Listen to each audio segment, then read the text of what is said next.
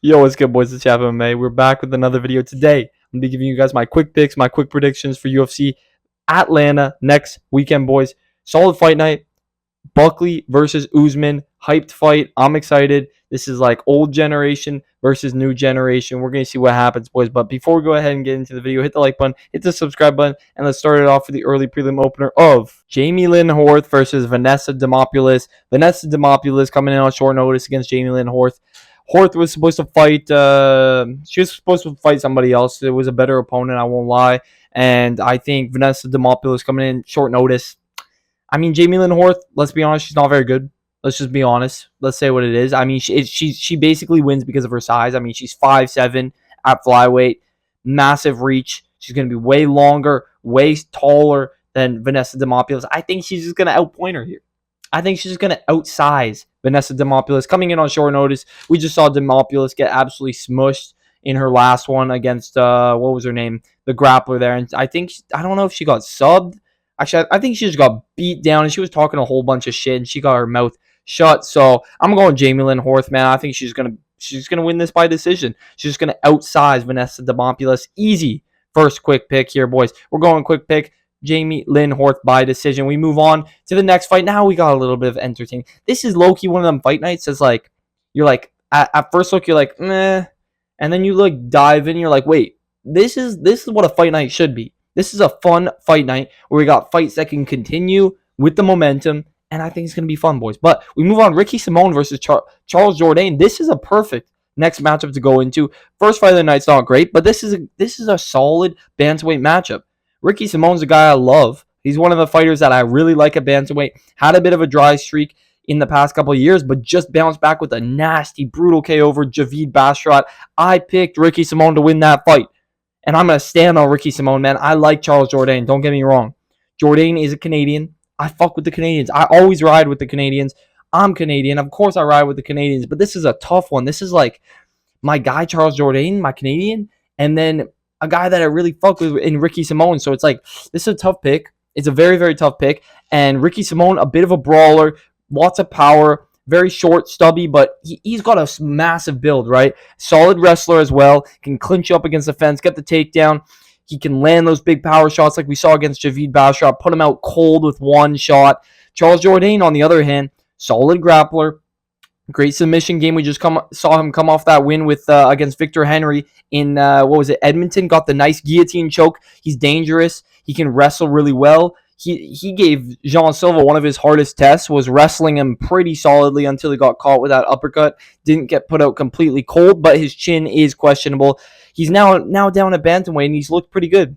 He beat Victor Henry pretty clearly, got a nice submission, and we'll see what he can do here. But I am going to go Ricky Simon as a quick pick. I'm going to go Ricky Simon. I think Simon is going to be able to match the wrestling of Charles Jourdain, stuff the takedowns, keep this one on the feet, where I think Ricky Simon's got the bigger power, the more dangerous shots, the uppercuts, the check hooks, the body shots. I think he's going to be ripping body, ripping head, and I think Charles Jourdain's going to struggle a little bit, man. I think he's cutting weight. He's down at bantamweight now. He's made the cut pretty well, but I don't know if he's going to be able to eat these big shots from Ricky Simon. Victor Henry didn't have those big shots. We'll see what happens, but I'm going Ricky Simon by TKO, to be honest. I think he TKOs Charles Jourdain, man.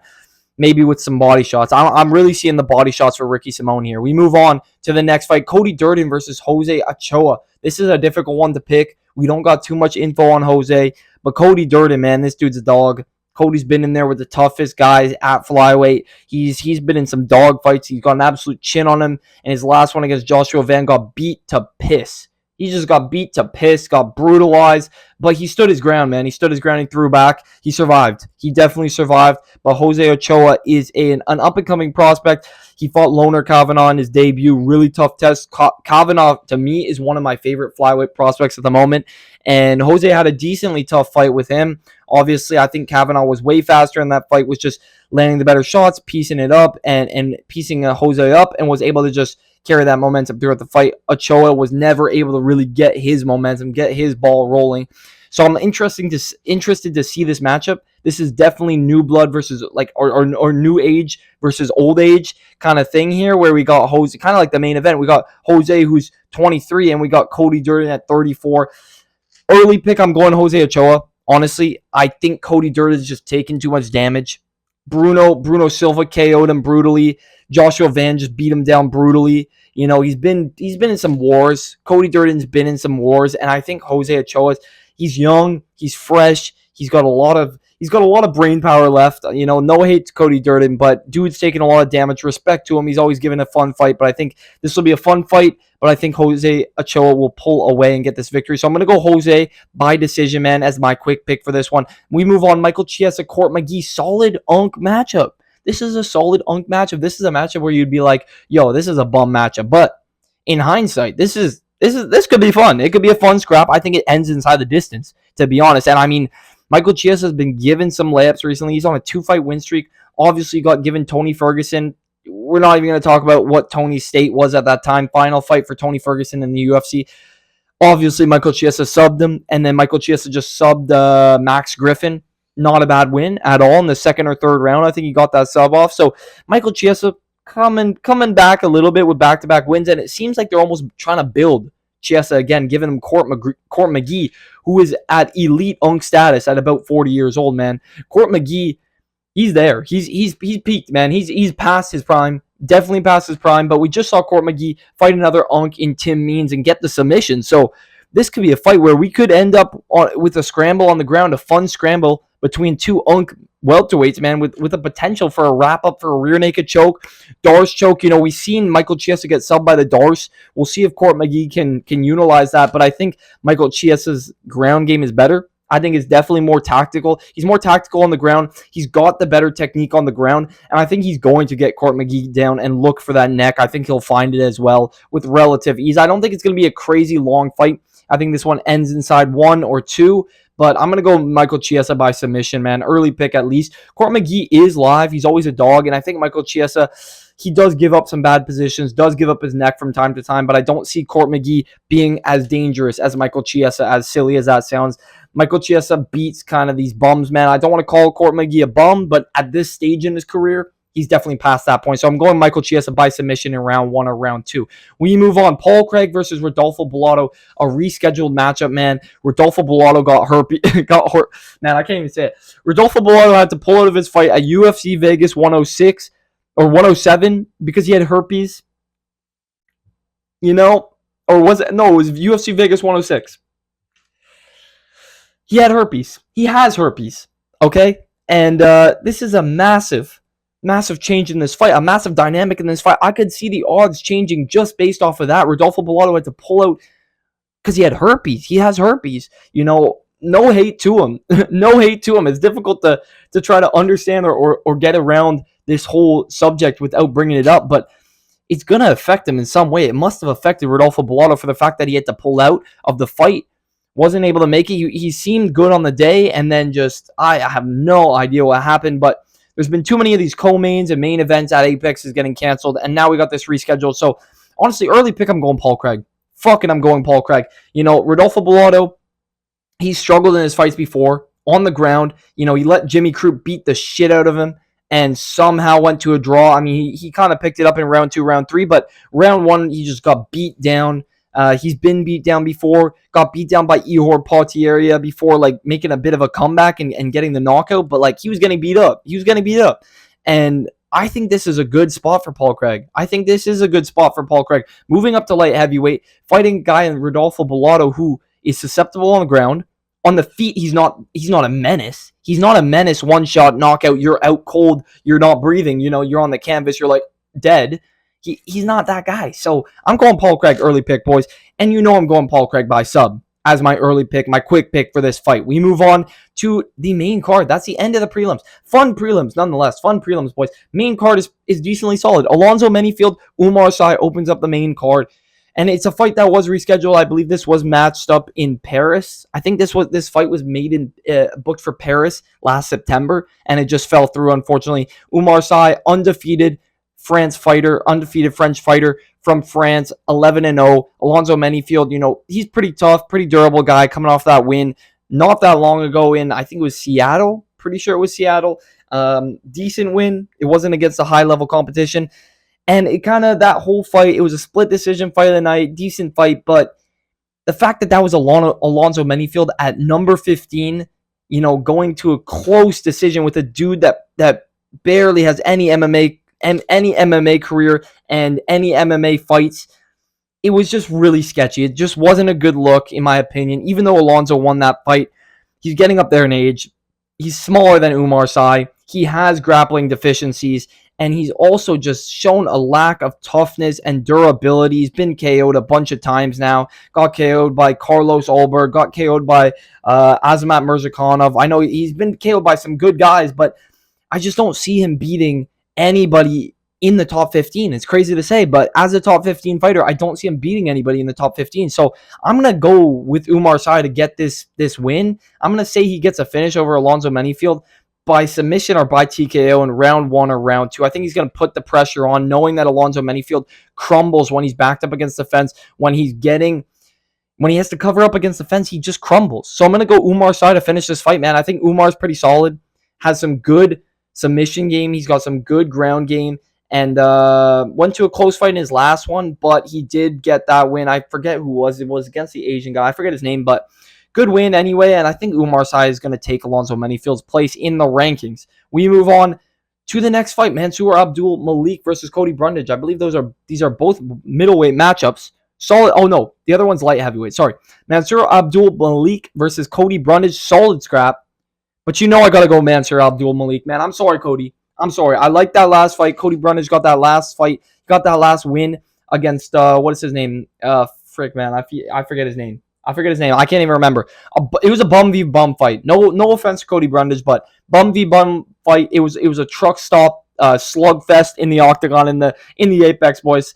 Obviously, Cody Brundage won. It was sketchy though, and I just think Mansour Abdul Malik is a decent future prospect at middleweight. Coming off that nice win over Nick Klein, where it did get sketchy. It got very sketchy in the first round. Almost got TKO'd with the spinning back elbow. I don't know if you guys remember that, but it was sketchy. Very, very sketchy. But Mansour Abdul Malik survived, got to the second round, did what he had to do. I like that he listens to his coaches really well, listens to his corner really, really well, and adjusts his game plan within. He's very, very focused, very calm. He's not rushing himself into bad positions. He's just very calm inside the octagon. There's some guys that are just made for the octagon. I think Mansour Abdul Malik is actually one of those guys. So I think he's going to find a KO over Cody Brundage early as well. I think he's going to go Mansour Abdul Malik round 1 TKO over Cody Brundage. Not much else to say, boys. Not much else to say. I think Abdul Malik's a solid prospect at middleweight, man. We move on.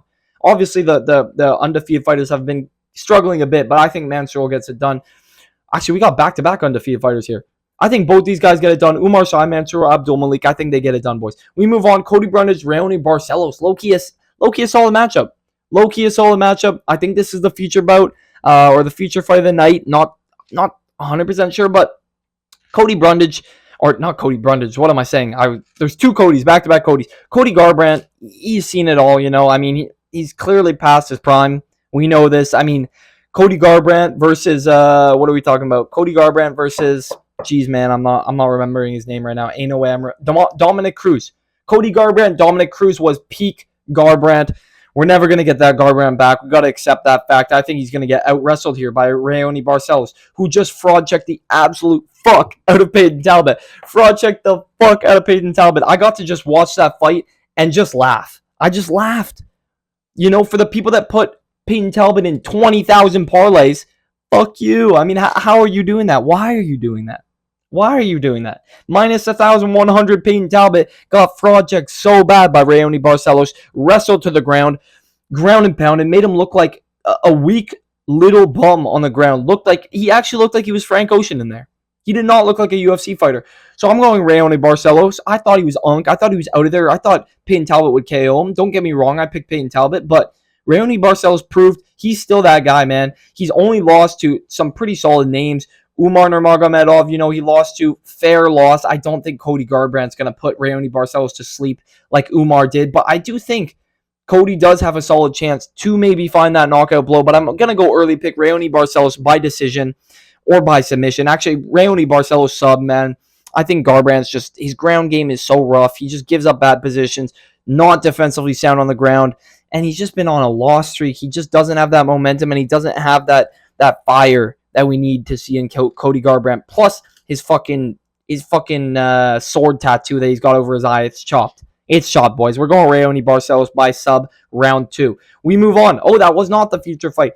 Edmund Shabazian. This should be the feature fight. Edmund Shabazian, Andre Petroski. Solid matchup as well at middleweight. We got a few of these middleweight matchups that are like future rankings implications here. We got Edmund Shabazian, obviously had a huge rise early in his career, but fell off a little bit, had some bad losses. Coming off that good loss though, against a bum though. He coming off a good loss a good win against a bum.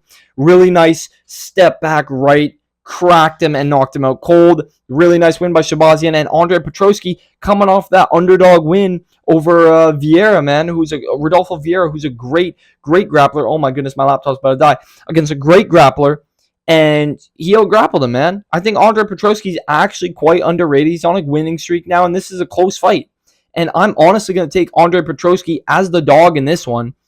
I think he's going to out-wrestle Edmund Shabazian. We've seen Shabazian get wrestled and get tired and gas out and give up positions and just kind of quit on himself. We saw it against GM3. Quit on himself. He was beating the piss out of GM3 for 2 rounds, and GM3 did what he does. He did what he does in round 2, round 3, and he got that sub. I think Andre Petroski needs to follow that game plan, do the same thing, grind out that first 1 or 2 rounds against Edmund Shabazian where he's dangerous, and I think he wins this by submission or by decision. But I think Andre Petroski may win round 2 and round 3. I'm calling Petroski round 2, round 3. That's him, and he gets this decision. I'm going Andre Petroski as the dog for the pick, boys, for the early quick pick. As the dog. Unanimous decision, Andre Petroski. We move on to the co-main event. Rose Namajunas, Miranda Maverick.